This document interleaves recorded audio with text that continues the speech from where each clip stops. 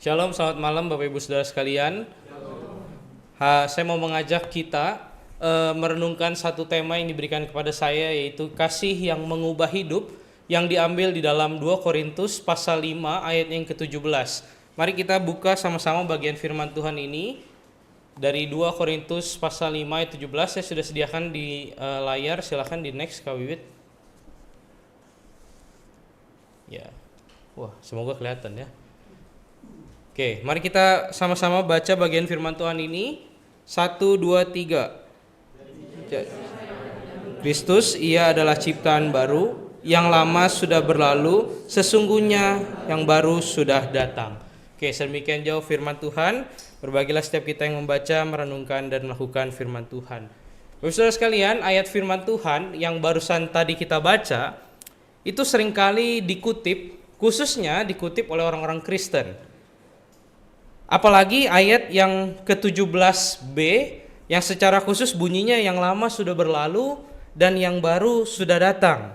Ini seringkali dikutip oleh orang-orang Kristen, dan biasanya kalau ada yang tanya tentang pengalaman pahit dalam kehidupan kita sebagai orang Kristen, kita mungkin akan menjawab, sudahlah, itu mah sudah masa lalu, yang lalu sudah berlalu, yang baru sudah datang.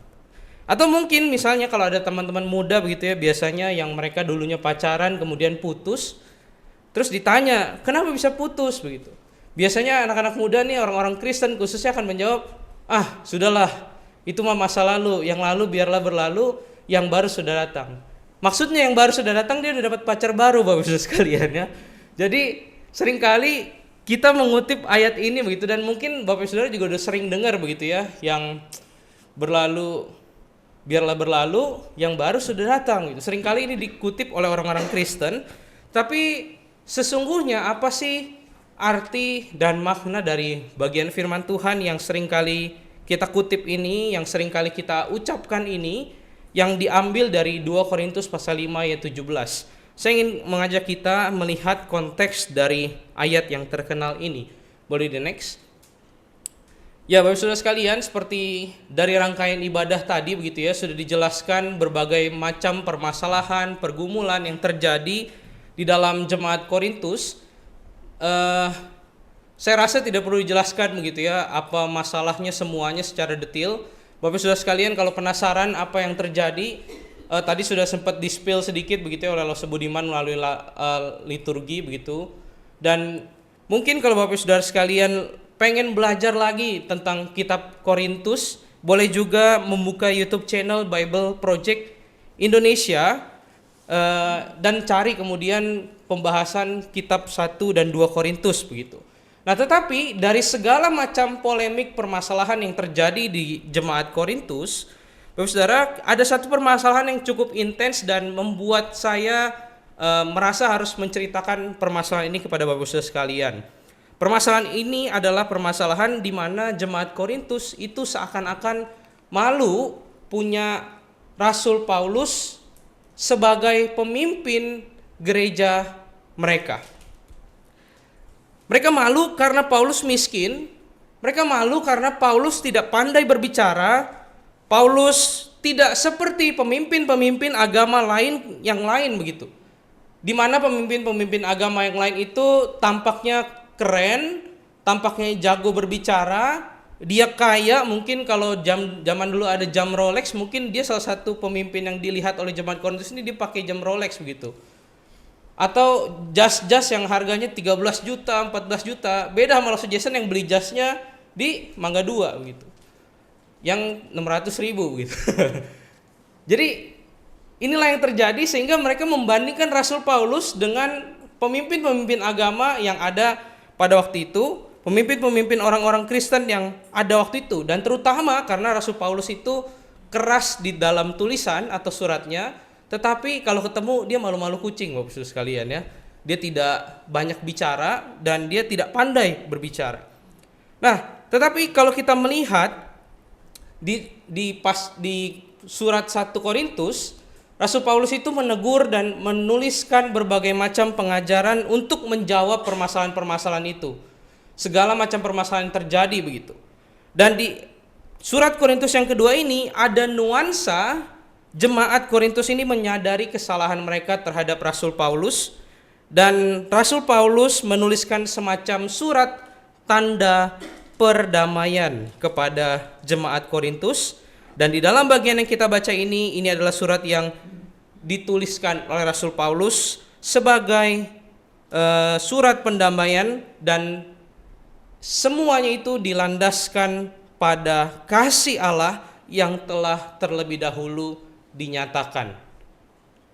Makanya Bapak Saudara sekalian, kalau kita baca di ayat selanjutnya, di ayat yang ke-18, Rasul Paulus berkata, dan semuanya ini dari Allah yang dengan perantaraan Kristus telah mendamaikan kita dengan dirinya, dan yang telah mempercayakan pelayanan pendamaian itu kepada kami. Jadi ini semacam surat penegasan bahwa oke, kita damai nih ya. Dan kedamaian ini pun bisa terjadi karena Kristus telah terlebih dahulu menjadi perantara yang mendamaikan Allah dan manusia. Karena itu Paulus mau menghidupi pendamaian itu di antara dia dan dengan jemaat Korintus. Dia mau memaafkan karena sudah melihat kasih Kristus terlebih dahulu. Bapak Saudara sekalian, ketika saya masih di SMP, saya itu sering berantem. Saya sering berantem, bukan berantem yang cuman ngomong-ngomong gitu ya. Saya berantem langsung pukul, langsung tendang gitu ya. Jadi kalau pulang bonyok gitu, terus kemudian mama saya dipanggil. Itu udah rutinitas selama saya kelas 1 SMP, kelas 2 SMP begitu.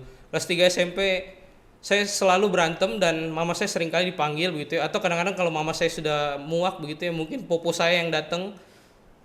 Dan salah satu waktu gitu ya, saya berantem dengan teman saya karena dia ledek-ledekan nama orang tua gitu ya. Dia ledekin nama mama saya karena masih hidup. Kalau nama bapak saya waktu itu saya sudah bercanda-bercanda ya. Saya tidak merasa oh ya udah terserah dah, bapak saya kan juga sudah meninggal gitu ya. Tapi kalau mama saya masih hidup begitu. Jadi saya marah waktu itu. Di pelajaran bahasa Indonesia dia sebut-sebut nama mama saya begitu. Dia sebut-sebut, saya nggak akan sebut. Tenang aja, nggak usah gitu ya mukanya.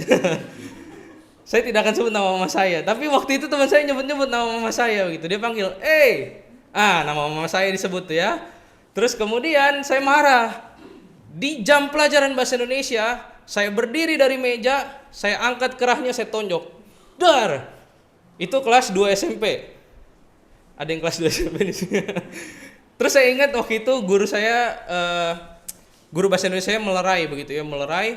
Terus, saya kurang ajar lagi, sebenarnya tidak patut diceritakan dan tidak patut dicontoh gitu ya. Saya bilang, minggir. Jadi saya pukul guru bahasa Indonesia saya. Akhirnya singkat cerita, saya dipanggil ke ruang kepala sekolah. Artinya ini sudah sesuatu yang sangat amat parah. Kepala sekolah saya ini kebetulan alumni Saat juga begitu ya. Dan dia salah satu orang yang tulis surat rekomendasi waktu saya mau daftar Saat begitu. Saya bingung kenapa dia mau tulis ya.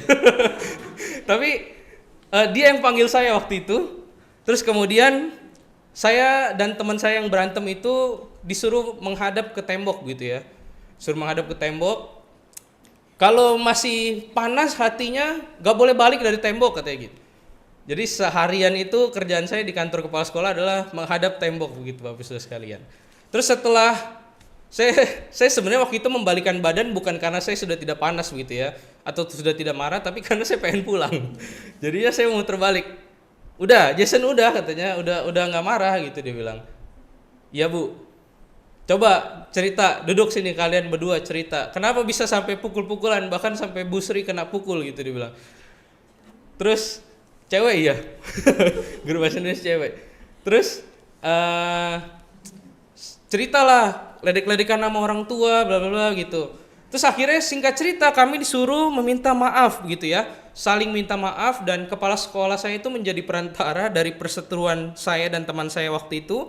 Dan saya ingat sekali bahwa kami diminta untuk berjabat tangan, untuk minta maaf, dan untuk berjanji tidak melakukan hal tersebut lagi begitu.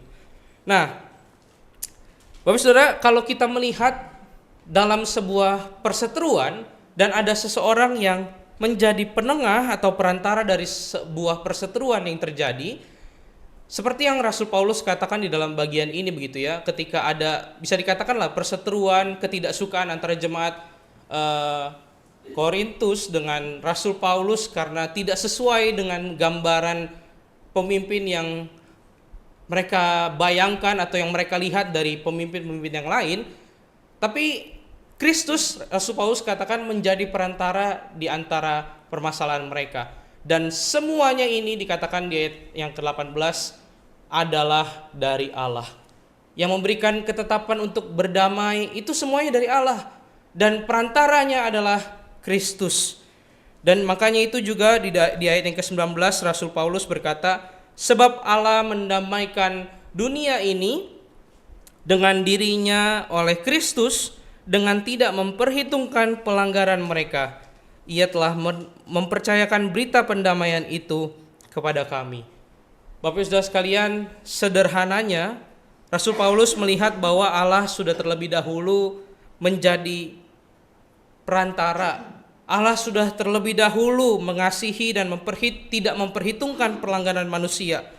Dan karena itu Rasul Paulus juga mau mengasihi dan menyampaikan berita pendamaian ini kepada jemaat di Korintus.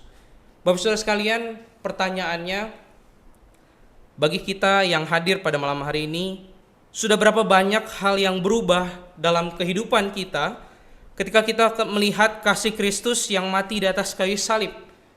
Firman Tuhan hari ini mengingatkan dan melihat dan memberikan kita contoh begitu ya, bahwa ada sebuah perseteruan antara Rasul Paulus dengan jemaat Korintus dan masalah-masalah lain dan dosa-dosa lain yang dilakukan oleh Korintus, tetapi semuanya itu diubahkan karena melihat kasih Kristus yang mati di atas kayu salib. Di dalam firman Tuhan ini kita bisa melihat kasih Kristus yang mengubah kehidupan Paulus dan jemaat Korintus pada waktu itu, yang mulai menyadari bahwa mungkin mereka salah begitu ya, melihat Paulus hanya karena dia miskin, mungkin karena dia jelek begitu ya. Karena Rasul Paulus itu digambarkan dulu kemungkinan besar botak dia begitu ya. Kayak saya, botak tengah gitu. Botak depan. Jadi mungkin mereka merasa wah, tidak cocok begitu ya sebagai pemimpin rohani, kenapa penampilannya begitu, tidak kaya dan lain sebagainya. Tapi mereka sadar pada akhirnya bahwa itu mungkin kurang benar begitu, tidak benar begitu.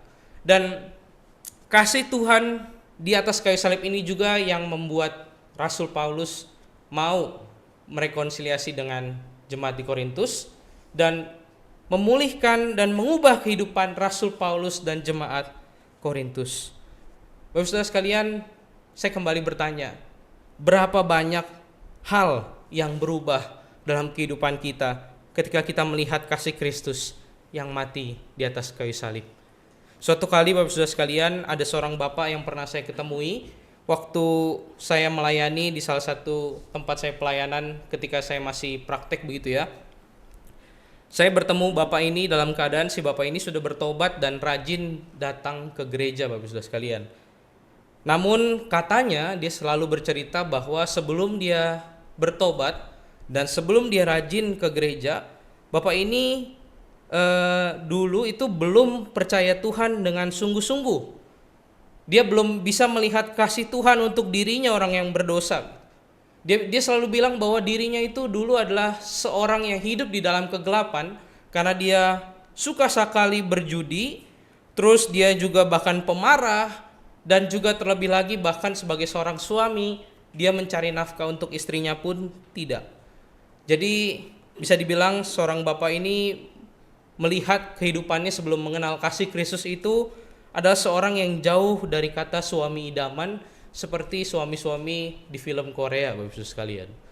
Jauh sekali dari kata idaman, sebab dia adalah seorang pemabuk, dia seorang pemarah, dan bahkan dia tidak bekerja menghidupi kebutuhan keluarganya. Tetapi suatu kali ketika istrinya meninggal, Bapak-Ibu sekalian, dia bilang ini menjadi titik balik dia sungguh-sungguh melihat kasih Tuhan.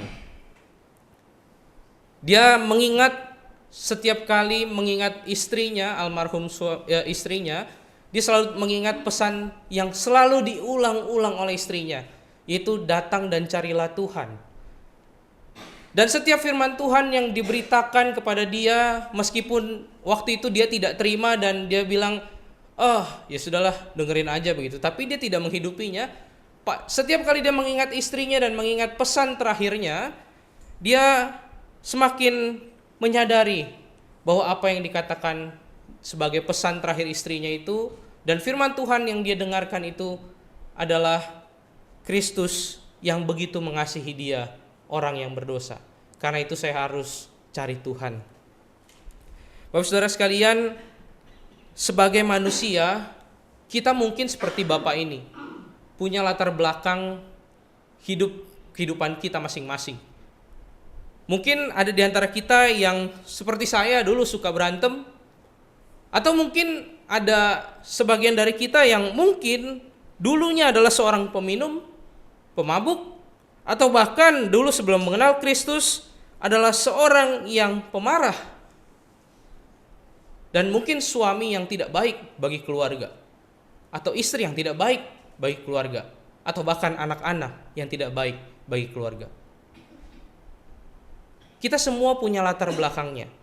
Tetapi izinkan saya bertanya, apakah setiap kita yang hadir ke persekutuan doa malam hari ini, apakah setiap kita yang rajin datang ibadah setiap minggu ke gereja, apakah ketika kita mendengarkan berita kasih Kristus itu, semuanya itu mengubahkan kehidupan kita? Apakah semua kisah tentang Yesus yang mau mati bagi orang berdosa seperti saya itu menjadi penggerak supaya saya pergi meninggalkan semua hal itu? Karena pada kenyataannya Bapak Saudara sekalian, banyak orang-orang percaya, yang katanya percaya, yang katanya rajin ke gereja, tetapi ketika di gereja ia mengangkat tangan untuk menyembah Tuhan, tetapi dia di luar mengangkat tangan sambil joget, sambil minum minuman keras. Di gereja persekutuan doa Rabu dia tersungkur berdoa, tapi di luar dia tersungkur karena mabuk. Tangan yang sama dipakai untuk memberi persembahan, tangan yang sama dipakai untuk melakukan maksiat. Banyak orang-orang Kristen yang masih berada di posisi ini. Pertanyaannya, kita sebagai orang Kristen, di manakah posisi kita? Tema kita pada malam hari ini adalah kasih yang mengubahkan. Namun pertanyaan bagi kita semua, kasih seperti apa yang mengubahkan kehidupan kita? Kasih apa yang punya kuasa untuk mengubahkan kehidupan kita sehingga kita bukan menjadi pribadi yang seperti contoh-contoh tadi begitu ya, yang sungguh-sungguh berubah, bukan berubah hanya kalau kelihatan di gereja aja begitu keluar udah berubah lagi. Kuasa kasih seperti apa yang punya kuasa untuk mengubah kehidupan kita supaya kita benar-benar berubah? Apakah kasih seperti kasih orang tua kepada anak? Oh, orang tua mungkin berkata, saya sangat mengasihi anak saya, makanya saya sangat keras kepada dia. Saya sangat melarang dia bermain. Dia harus mengikuti semua peraturan yang saya buat. Dia harus mengikuti segala hal yang saya tetapkan dalam kehidupannya. Apakah itu bentuk kasih yang mengubahkan hidup? Mungkin betul, anak itu berubah. Nilainya jadi bagus, berubah. Tapi apakah itu kasih yang mengubah hidup? Atau mungkin kasih yang mengubah hidup itu seperti kasih kepada suami atau istri kita, yang si istri berkata, karena saya mengasihi suami saya, makanya saya marah-marah mulu supaya dia tidak rebahan mulu di kasur setelah pulang kerja, cari tambahan. Hidupnya mungkin berubah, ekonomi mereka mungkin naik, tetapi apakah ini kasih yang mengubah hidup itu? Atau mungkin buat anak-anak muda yang punya pacar atau yang sedang punya gebetan gitu ya, apakah kasih yang mengubah hidup itu adalah, oh kemarin Valentine saya kasih dia bunga yang gede sekali, coklat 1 ton misalnya. Pokoknya memberikan yang terbaik, makan di tempat yang romantis, pakai lilin dan lain sebagainya, supaya suasana hatinya berubah. Memang berubah suasana hatinya. Dia mungkin tampak lebih cinta pada kalian. Tetapi apakah ini kasih yang mengubah hidup itu? Jawabannya bukan. Lantas kasih apa dan kasih seperti apa yang dimaksud kasih yang mengubahkan hidup itu? Bapak Saudara sekalian, sepanjang sejarah Alkitab mencatat bahwa kasih Allah yang memberikan anaknya yang tunggal untuk mati di kayu salib, supaya kita manusia yang berdosa tidak mati. Inilah kasih yang mengubahkan itu. Kasih inilah yang mengubahkan setiap orang dari gelap kepada terang. Kasih inilah yang juga disebutkan Rasul Paulus dalam bagian ini sebagai landasan pendamaiannya dengan jemaat Korintus. Kasih inilah juga yang mengubah banyak orang-orang besar, orang-orang terkenal yang tadinya hidupnya di dalam kegelapan menuju hidup yang di dalam terang. Kasih Allah yang memberikan anaknya yang tunggal supaya kita yang berdosa tidak mati. Kasih macam itulah yang mengubahkan kehidupan kita. Bapak Saudara sekalian, salah satu tokoh terkenal yang dalam perjalanan hidupnya bernama John Newton. Waktu itu dia adalah seorang kapten kapal budak Inggris yang dari dahulu pun hidupnya sudah seperti seseorang yang hidup dalam kegelapan. Newton adalah seorang penjual budak-budak dalam perdagangan budak Atlantik, sebuah sistem perdagangan manusia yang sangat kelam dalam sejarah kehidupan manusia. Namun suatu kali di dalam perjalanannya di kapal yang mengangkut dirinya dan budak-budak yang hendak ia jual, di tengah laut yang awalnya tenang, tiba-tiba badai besar menimpa mereka dan kapal yang ditunggangi mereka hampir tenggelam. Saat itulah seorang yang bernama John Newton ini berseru kepada Tuhan, "Tuhan, kasihanilah kami. Tuhan, kasihanilah kami." Dan dalam ketakutannya itu setiap ayat-ayat firman Tuhan, ayat-ayat Alkitab yang dahulu diajarkan oleh ibunya mulai teringat, dan ia sadar akan momen ibunya yang berkata bahwa Kristus mati di kayu salib bagi orang berdosa seperti dirinya sendiri. Dan semuanya Yesus lakukan karena kasih-Nya yang besar kepada manusia. Bapak Saudara sekalian, singkat cerita, John Newton selamat dari badai itu dan dia memulai hidupnya dengan membaca Alkitab dan berdoa. Namun dicatat dia masih bekerja sebagai pedagang budak gitu ya. Namun seiring waktu dia membaca Alkitab, berdoa, mendengar firman Tuhan, ia sadar bahwa apa yang ia lakukan itu jauh dari ketetapan Tuhan. Sehingga ia mulai keluar dari dunia yang gelap itu. Di tahun 1772, John Newton belajar Alkitab secara otodidak. Kemudian dia diangkat sebagai pendeta di Gereja Anglikan di Olney, Inggris di tahun 1772, dan pada masa itu pula dia menuliskan satu lagu yang sangat terkenal yang seringkali kita nyanyikan yang berjudul Amazing Grace, atau di dalam KPPK nomornya yang 335 juga disebut sebagai judul Sangat Besar Anugerahnya. Sebuah lagu yang sebagian besar orang Kristen tahu tentang lagu ini dan mungkin menjadikannya sebuah lagu yang favorit dalam playlist lagu mereka. Bapak Saudara, kasih Allah yang begitu besar yang memberikan nyawanya untuk menggantikan kita itulah yang seharusnya mengubah kehidupan kita. Memang perubahan dalam kehidupan kita setelah kita mengenal Tuhan tidak terjadi secara instan. Ada prosesnya. Namun coba kita renungkan. Adakah dan sungguhkah kasih itu sudah mengubahkan kehidupanmu sampai hari ini?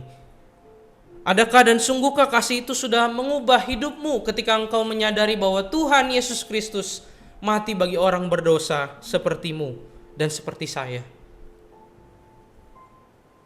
Mari kita pakai kesempatan pada malam hari ini untuk menundukkan kepala di hadapan Tuhan. Mari ambil waktu secara pribadi di hadapan Tuhan dan berdoalah kepada Tuhan. Katakanlah sejujur-jujurnya di hadapan Tuhan. Kalau kita masih biasa saja melihat kasih Tuhan di atas kayu salib, jujurlah ke hadapan Tuhan dan mintalah Ia menyadarkan kita bahwa besar kasih Allah itu sungguh nyata dalam kehidupan kita. Mari kita mengambil waktu sejenak di hadapan Tuhan.